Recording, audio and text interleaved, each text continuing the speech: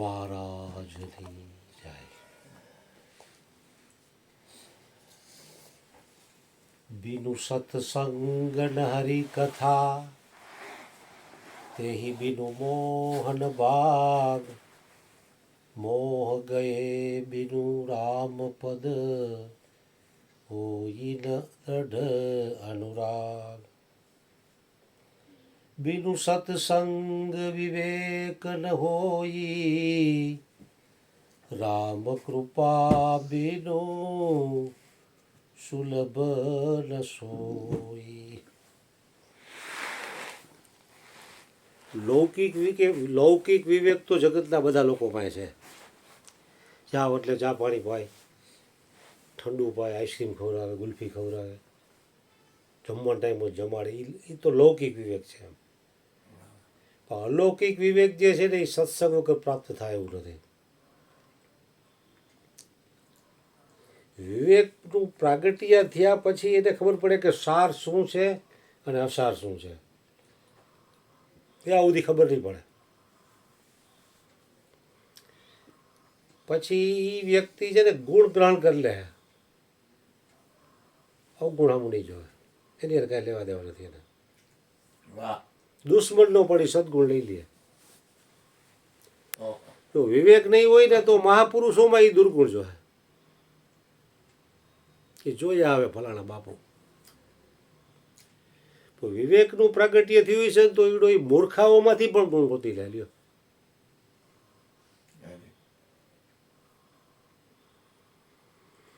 ભગવાન શ્રી કૃષ્ણને એક વખત પૂછવામાં આવ્યું કે 4 મૂર્ખાઓ ભેગા તમને સ્વર્ગમાં મોકલીએ અને એક જ્ઞાની ભેગા નરકમાં મોકલવામાં આવે. 4 મૂર્ખાઓ ભેગા સ્વર્ગમાં અને એક જ્ઞાની ભેગા નરકમાં મોકલવામાં આવે, તો તમે કેની સાથે જશો? વિવેકનું પ્રાગટ્ય ન હોય તો એમ કે હવે મૂર્ખા તો મૂર્ખા, સ્વર્ગમાં તો જે અવાય, મહિના પછી સ્વર્ગમાં જાવ તાણે જવાનું કહે તો મૂકી દેવાય. ભગવાન શ્રી કૃષ્ણ કહે છે કે હું એક મૂર્ખા ભેગો નરકમાં જવા તૈયાર છું, પણ એક જ્ઞાની ભેગો નરકમાં જવા તૈયાર છું, પણ 4 અજ્ઞાની ભેગો સ્વર્ગમાં જવા હું તૈયાર નથી. તો કે એનું કારણ? તો કે એક જ્ઞાની મારી સાથે હશે ને તો નરકમાં પણ સ્વર્ગનો બાપ એવું અમૃત પ્રગટ કરશું અમે.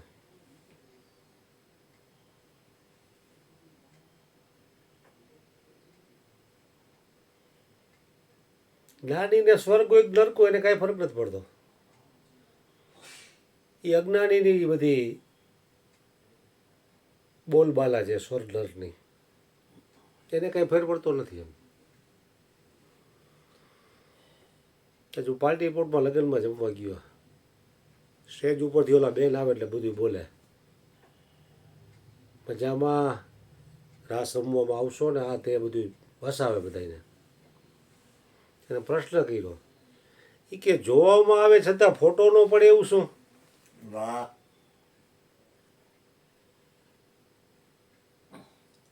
જોવામાં આવે છતાં ફોટો ન પડે, કમાલનો પ્રશ્ન કહેવાય કે નહીં? ખબર તમને? હોય જ ને. કયો લ્યો? ના પડે. સ્વરૂપ જોવામાં ક્યાં આવે? સ્વરૂપ જોવામાં આવે. જોવામાં આવે તો તમે જોવા વાળાને એક બે થાય છે. ફોટો ન પડે એમ વાત છે. જોવામાં આવે છતાં ફોટો ન પડે. વાહ. જોવા ફોટો પાડવા વાળો. તમને જે જોવામાં એનો ફોટો પાડવાનો, એનો આવે ફોટામાં લ્યો. અને અહીંયા કઈ સંત મેળાવડો થોડો હતો કે સ્વરૂપની વાત હોય. ત્યાં તો ડિસ્કો દાંડિયા હતા, અહીંયા સ્વરૂપની વાત હોય. તો 3-4 છોકરા જુદા જુદા જવાબ આપ્યા, નાના 8, 5-7 વર્ષના છોકરાએ. એક છોકરાએ જવાબ, મને હું વિચાર કરતો મારે આવું શું હોય છે. પહેલાં મને એ વિચારમાં આવ્યો કે સ્વરૂપ, પણ સ્વરૂપની તો વાત કીધું અહીંયા એકલા લગ્નમાં હોય નહીં. અને સ્વરૂપની વાત હોય આ લગ્ન ન હોય. મને સારું એમ થયું સ્વરૂપની તો અહીંયા વાત ન હોય કીધું, અને સ્વરૂપ તો કીધું જોવામાં આવે તો એક જોનાર અને એક સ્વરૂપ બે થાય. આપણે અર્જુન બાપાએ કહેતા કે તારે છોડીને કાંઈ છે નહીં, આ તો હોય નહીં. તો 4-5 છોકરાઓ અલગ અલગ જવાબ હોય. એક છોકરાએ જવાબ સાચો આપ્યો, એ કે સ્વપ્નું. વાહ. સ્વપ્નું જોવામાં આવે તમે ફોટો પાડી શકો? હજી લગીમાં કોઈ દી કોઈ પાડ્યો? સપનું સારું આવે ને ખરાબ આવે, ફોટો પાડ્યો આપણે? એક વ્યક્તિ એવો બતાડો કે મને રાતે સપનું મેં ફોટો પાડી લીધો. તો એ મેડમ એ છોકરાને વચ્ચે માઇકમાં બોલે કે બોલ બધાની હાજરમાં, એ કે શું પ્રશ્ન હતો મારો? તો કે જોવામાં આવે છતાં ફોટો પડે નહીં. તો કે જવાબ દે. તો કે સ્વપ્નું. ના તાલીઓથી વધાવ્યું એને. તો હું ગયો તો લગ્નમાં, છતાં આ પોઈન્ટ મને મગજમાં બેઠો કે વાત સાચી છે. ઘણી વખત ગમત કરતા બાળકો પાસેથી આપણે જ્ઞાન મળી જાય. ગમે ત્યાંથી મળે. ગમે ત્યાંથી મળે. સમજણ તો ગમે ત્યાંથી મળે. બાપુ કે ને ઘા તો દુશ્મનનો વખાણવો પડે. હા એમ. ભલે દુશ્મન હોય છતાં એનો ઘા વખાણવો પડે એમ. અને આ સપનું જ છે ને ખરેખર જુઓ તો કેવું અઘરું લાગે. સ્વપ્નું જ છે. અઘરું કેવું લાગે. બહુ અઘરું લાગે. ફોટો પાડી લ્યો જાગી જવું તોય દેખાય. હે ફોટો પાડી લ્યો જાગી જવું તોય દેખાય. ન દેખાય.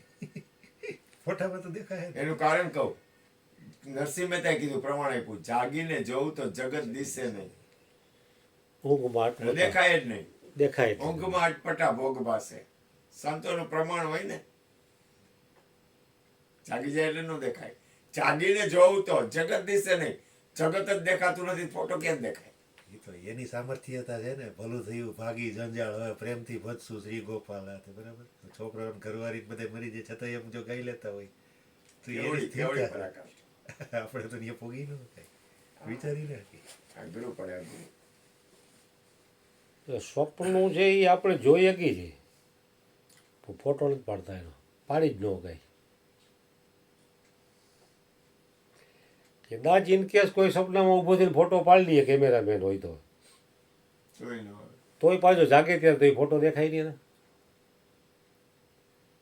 આખું સ્વપ્નું જ ગાયબ થઈ જાય તો ફોટો ક્યાં જ દેખાય?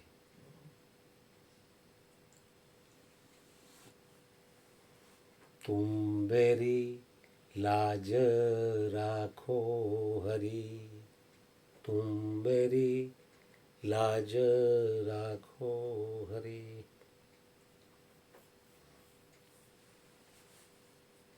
તો પરમાત્મા તો હરેકની લાજ રાખી જ રહ્યો છે. રાખે જ છે. એક ભજનવાણીમાં કીધું, હરિને ભજતા હજુરે કોઈની લાજ જાતા અમે નથી જાણી રે. હરિને ભજતા હજી કોઈની લાજ અમે જાતા જાણી નથી. આપણી નજર સામે જુઓ કેટલા બધા હરિગુરુ સંતો ભક્તોની લાજ પરમાત્મા રાખી. નરસિંહ મહેતાને એના ભાઈથી માંડીને કુટુંબથી માંડીને આખી નાગરી નાતે એને જુદા કાઢી નાખ્યા. છતાં એના કામ જે થયા, કુંવરબાઈનું મામેરું, સામળિયાને પરણાવ્યો, 60 કોટી રૂપિયા ભગવાને ગણી દીધા. કુંવરબાઈના મામેરું કર્યું, લગ્ન કર્યા, એવા લગ્ન હજી લગીમાં કોઈ અબજોપતિ નહીં કર્યા હોય.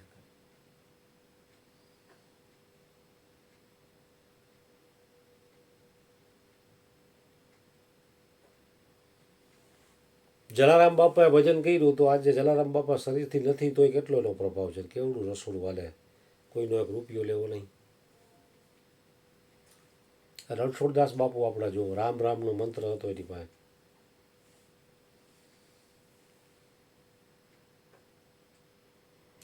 શરીરથી નથી છતાં કેટલા મોતિયાના ઓપરેશનથી માંડીને કેટલું કાર્ય હાલે એમ.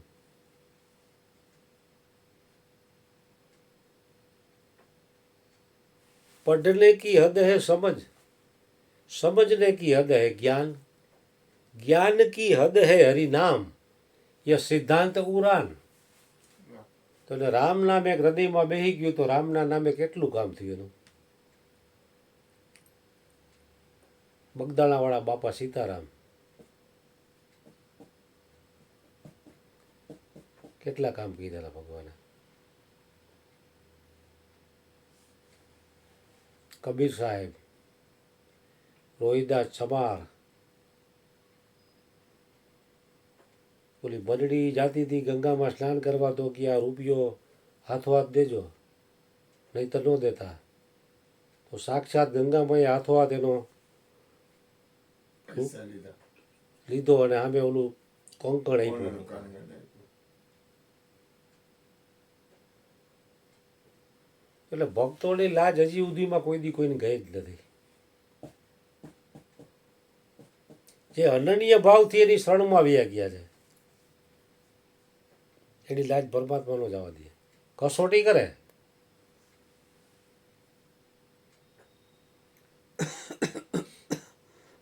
કસોટી તો લૌકિકમાં આપણે સ્કૂલમાં ભણીએ એમાં નથી પેપર આવતું, પરીક્ષા આવતી.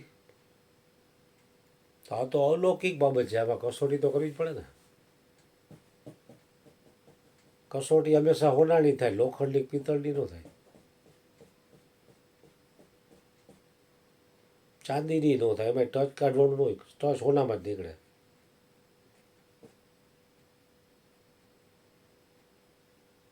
મેવાડની મહારાણી મીરાબાઈની કેટલી લાજ રાખી. રાણાજીએ ઝેરના પ્યાલા મોકલા તોય પી ગયા, તોય કાંઈ થયું નહીં, અમૃત કરી દીધું. અગર એક ટીપું પીઓ તો પૂરું કરી નાખે માણસનું.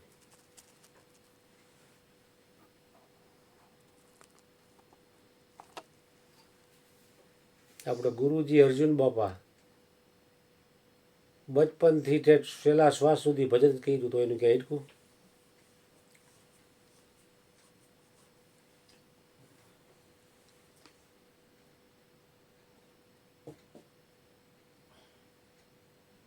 એના શરણમાં જેટલા ગયા નહીં આજે ભજન કરે એની કોઈની લાજ જાતી નથી. હજારો લોકો એની પાસેથી ઉપદેશ લીધો, ઘણા લોકોએ ચાદર ઉઠી, પણ જે ભજન કરે છે એની લાજ પરમાત્માને જ જવા દેતો. આમ તો નથી કરતો એની લાજ એ રાખે જ છે, પણ એને ખબર નથી. એ એવું માને છે, હોશિયારી માને છે કે મેં આમ કર્યું એટલે આમ થયું, અજ્ઞાન દશાના કારણે. પણ હરિગુરુ સંતોને ખબર છે કે એની ઈચ્છા વિના ઝાડનું પાંદડું પણ હલતું નથી, તો આ કામ કોને કર્યું હોય. ઘણી વખત અસંભવ કામ આપણા સહેજે સહેજે થઈ જાય.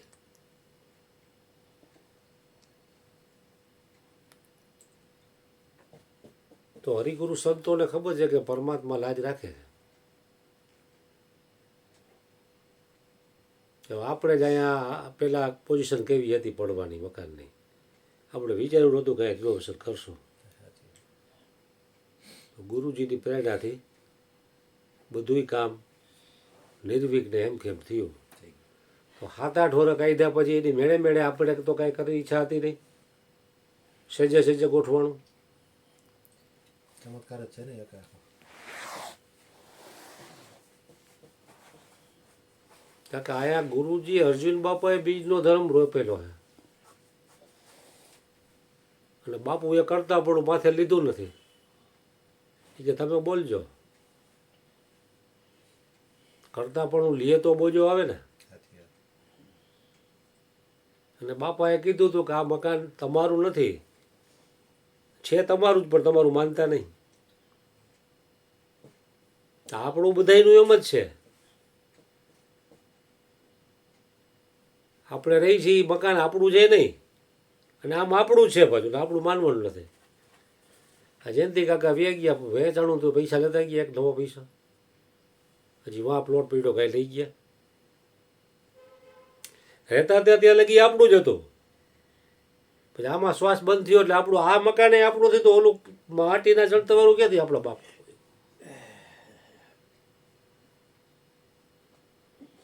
એટલે સત્સંગથી આ સમજણ પ્રાપ્ત થાય છે કે ભાઈ તમે રહ્યો તમારું જ છે અને પાછું તમારું કાંઈ નથી. ઉલટ ખેલ છે.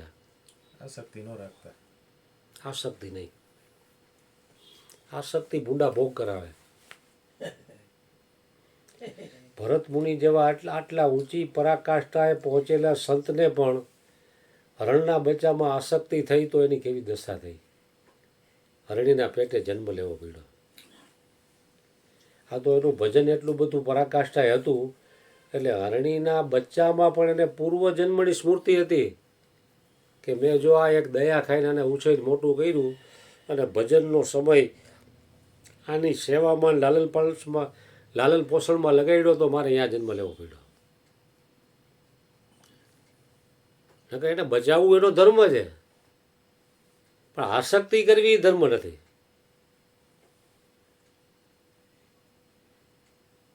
ત્યારે એને ભૂલાઈ ગયું કે આખા વિશ્વનું નિયંતા જે બધાયનું ભરણ પોષણ ચલાવી રહ્યો છે એ એનું ચલાવશે એવી એને વિસ્મૃતિ થઈ ગઈ કે હું ન હોત તો હરણીના બચ્ચાનું શું થાત.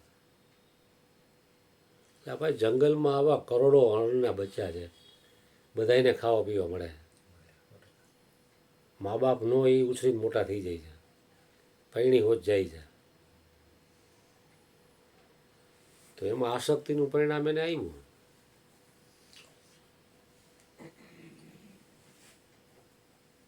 પછી મનુષ્ય યોનિમાં આવ્યા હરણભાઈ. રાજા રવગણની પાલખી જતી હતી.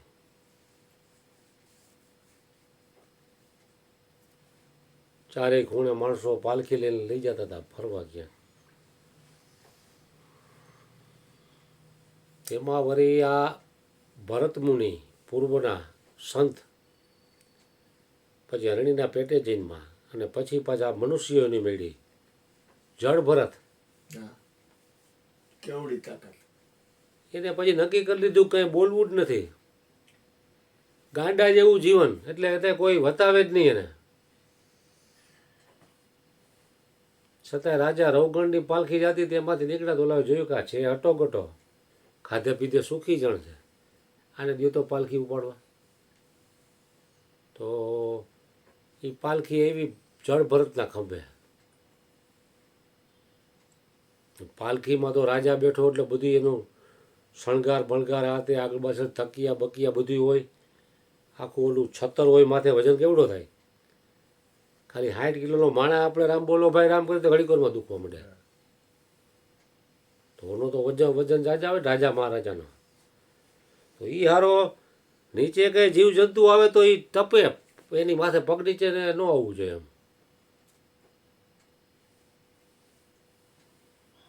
જીવ થકી તો બહુ ડરે, પૂછીને પાવ ધરે.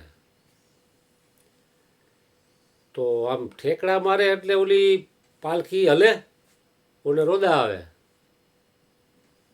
તો કે આ કોણ છે, આવી રીતે કેમ ચલાવો છો, આ બરોબર લેવલમાં સીધું ચલાવો. તો કે આ નવો એક આવ્યો છે. તો કોણ છે કે જળ ભરત છે.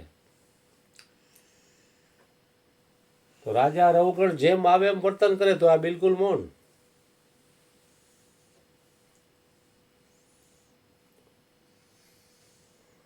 એને ખબર પડી ગઈ ગાડી સામે બોલવામાં કઈ માલ નથી. એ પણ જે સમજે એટલે સંતો એવી પરાકાષ્ઠા હોય છે કે તમને હાવ ગાંડા લાગે. અને ખજાનો પાછો એની પાસે હોય એવો કોઈ પાસે ન હોય.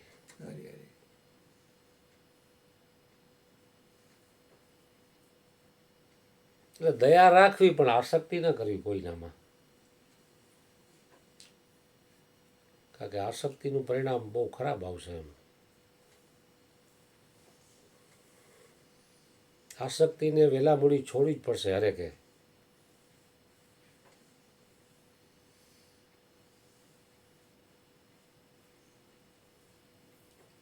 પરમાત્મા પ્રાપ્તિ થવી કઠિન નથી. કઠિન છે ભીતરની આસક્તિઓને છોડવી. ભીતર આસક્તિ પડી હોય કે ફલાણા વિના મારે ન ચાલે, ફલાણું જમવામાં હોય તો જ મને મજા આવે, ફલાણા વાસણ હોય તો જ મારે ચાલે, હું કાગળની ડીશોમાં ન જમું. આવી બધી જે આસક્તિઓ છે ને એ બુઢા ભોગ કરાવવાની છે. આસક્તિ એક પરમાત્મામાં રાખવી, હરિભજનમાં, સત્સંગમાં, ધ્યાનમાં, એકાંતમાં, મૌન. કારણ કે પરમાત્મામાં આસક્તિ કરવી કોઈ આસક્તિ નથી, એ તમામ આસક્તિઓને છોડવાનું એક જબરું હથિયાર છે. ईश्वर के सिवा कहीं भी मन लगाया तो आखिर में रोना पड़ेगा या तो पछताना पड़ेगा. કારણ કે પરમાત્મામાં એકમાં જ આસક્તિ, અને કાં ગુરુમાં આસક્તિ, અને કાં ગોવિંદમાં આસક્તિ. બાપુએ કીધું ભક્તિ ભગવંત, ભક્તિ ભક્તિ ભક્ત ભગવંત અને ગુરુ, ચતુર નામ બાપુ એક. એના ચરણે ગયો સુખદ દિયે નાશે વિઘ્ન અનેક. ઓહ, કેવડી વાત છે. અનેક વિઘ્નોનો નાશ થઈ જાય. વાહ વાહ. આપણને ખબર નથી એટલે આપણે વાર્તા સમજીએ. અનેક વિઘ્નોનો નાશ કરી નાખે.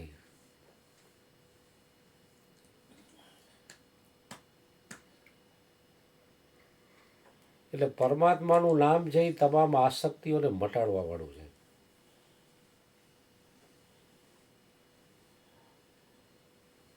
તમામ જગ્યાએથી આસક્તિઓ ખેંચી અને પરમાત્મામાં લગાવવાની.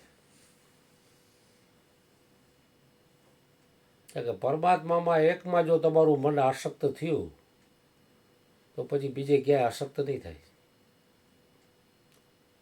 જરૂર પૂરતું એ કામ કરી લેશે, એમ દયાભાવ હશે, પણ હજી એવું ન થાય કે હું ન હોત તો આનું શું થાત. એટલે આનંદ જન્મોથી આ સંસારના ચકેડે હાલે છે. કેટલી બાયડીઓ, કેટલાય છોકરા, ને કેટલી માં આપણે ફેરવી નાખી, બાપ ફેરવી નાખ્યા, તો આપણને યાદ નથી. પરમાત્માની કૃપા છે કે આપણને વિસ્મૃતિ કરાવી દઈએ એટલે આપણે જીવી ગઈ છે. અત્યારે હમણાં ગયા જન્મમાં આપણે અબજોપતિ અટાણે ભીખ માગતા હોય તો આપણે જીવી ગઈ. ક્યારો પૂર્વ જન્મમાં તો મારી પાસે અબજો રૂપિયા હતા, એટલી મિલકત હતી, અને રાજાશાહી જીવન હતું, ને અત્યારે મારે ભિખારી તો એ માણા જીવી ન હોગે. અથવા તો પૂર્વ જન્મમાં ભિખારી અટાણે અબજોપતિ હોય તો ગાંડો થઈ જાય. ક્યારું મારી પાસે તો કાંઈ હતું નહીં, ભિખારી તો આટલું બધું મારી પાસે આવ્યું ક્યાંથી, પછી ડગરી હલી જાય, ડિપ્રેશનમાં આવી જાય. આ તો પરમાત્માની કરુણા વરુણા છે કે આપણને બધી પૂર્વ જન્મની વિસ્મૃતિ કરાવી દે છે.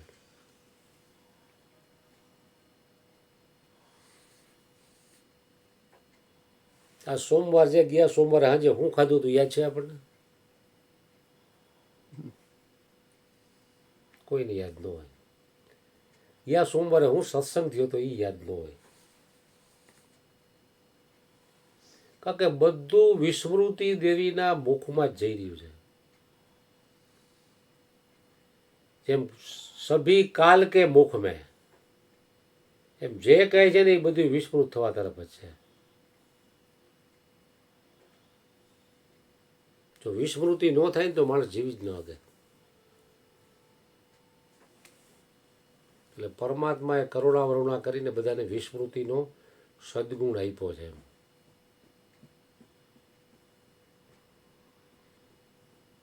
એમ દયા રાખવી, કરુણા રાખવી, ઉદારતા પણ રાખવી, પ્રસન્નતા પણ રાખવી, ક્ષમતા પણ રાખવી, પણ આસક્ત ન થવું.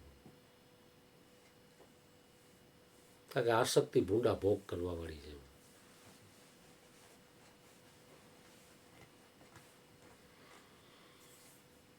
આજ્ઞાકિત પુત્ર પરિવાર હોય, અપ્સરાઓ જેવી સુંદર પત્ની હોય, ઈમાનદાર નોકર ચાકર હોય, અને એક ચક્રી શાસન હોય વ્યક્તિનું, છતાં પણ સદગુરુના ચરણોમાં એનું મન જો આસક્ત નથી તો તતઃ કિમ તતઃ કિમ તતઃ કિમ કાંઈ નથી. મેરુ પર્વત જેટલું ધન હોય દસે દિશાઓમાં એની પ્રસિદ્ધિને વાહવાઈ હોય, એને પૂછીને માણસો કામ કરતા હોય, આવો આવો આવો થતું હોય, આવી પ્રસિદ્ધિ હોય, છતાં પણ એનું મન શ્રી સદગુરુના શ્રી ચરણોમાં આસક્ત નથી. તત કિમ તત કિમ તત કિમ, તો કાંઈ નથી. પણ કાંઈ ન હોય, ભિખારી જેવી દશા હોય, એ ખાંધે ને તે તૂટે એવી હાલતમાં હોય, પણ એનું મન જો સદગુરુના શ્રી ચરણોમાં આસક્ત છે તો એના જેવો ધનવાન, એના જેવો સુખીઓ માણસ કોઈ નહીં. હરિને ભજતા હજી રે કોઈની લાજ, જાતા અમે નથી જાણી રે. એ જેની સુરતા સાંભળ્યાની સાથ, વદે વેદવાણી રે.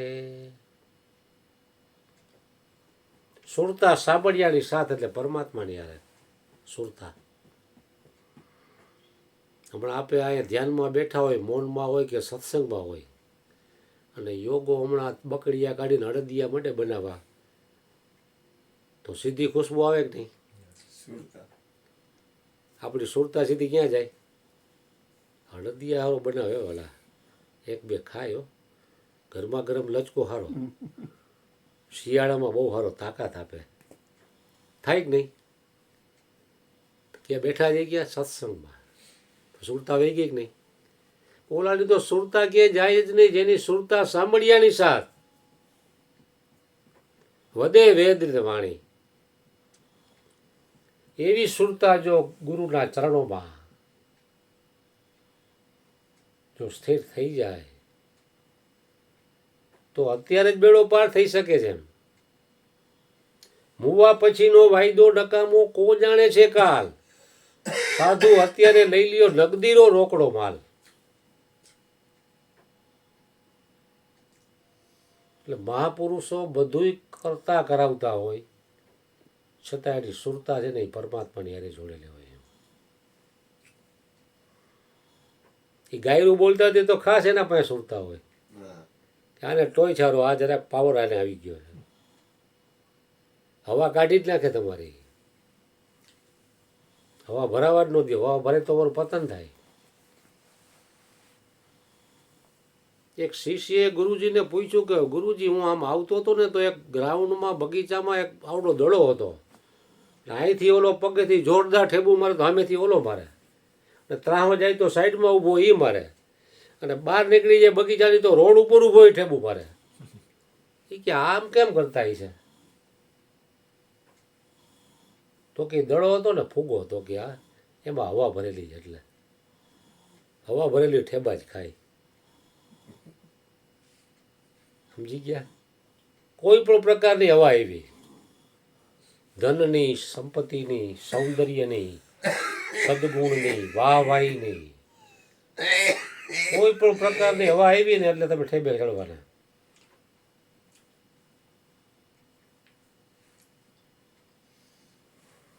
સત્સંગ છે ને એ હવા કાઢવાનું કામ કરે. સત્સંગમાં હવા કાઢવાની છે.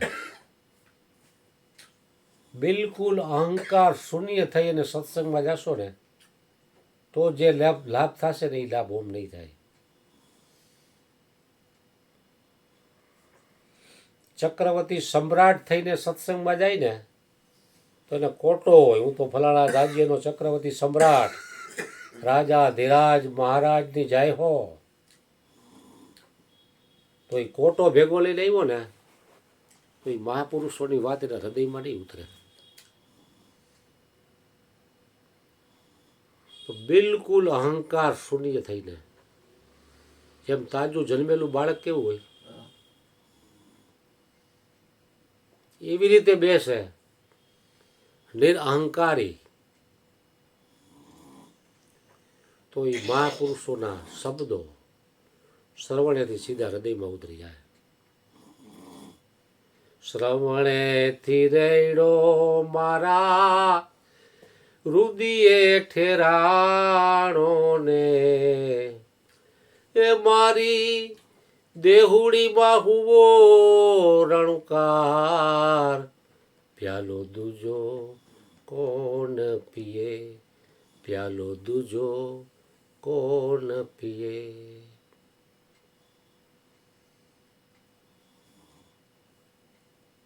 એટલે હરિનામનો પ્યાલો એવો છે, અહંકાર શૂન્ય થયા વગર આ પીવાતો નથી. ગુંજાનો લાડવો પાંડબાય અહમ ભાવ ગયા વિના નહીં ખવાય. જીવ માત્ર પરમાત્માનું સ્વરૂપ છે, પણ હું દેહ જોઈ અહમ કરીને બેઠો, અને તમે દેહ જોઈ એવું નક્કી કરાવવાનો સંઘ વિશેષ છે. 2 કલાક મહાપુરુષોનો સંઘ કરો તો એ એમ કે ભાઈ તું દેહ નથી, તું શુદ્ધ સચ્ચિદાનંદ આત્મા છો ને પરમાત્માનો અંશ છો. તો પરમાત્માના અંશ હોય એવું હરિગુરુ સંતો કહે, ગુરુજી કહે. એ જગતના લોકો થોડા તમને કહે તું હરિગુરુ સંત જો, કે તું શુદ્ધ સચ્ચિદાનંદ આત્મા જો. એમ જગતના લોકો થોડો કહે, એને બિચારાને ખબર નથી.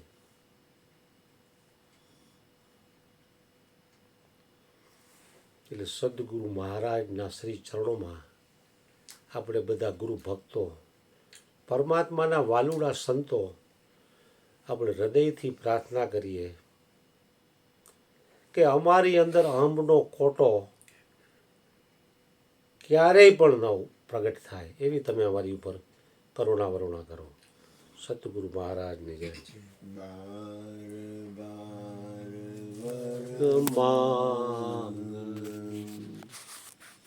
હર સિદેવ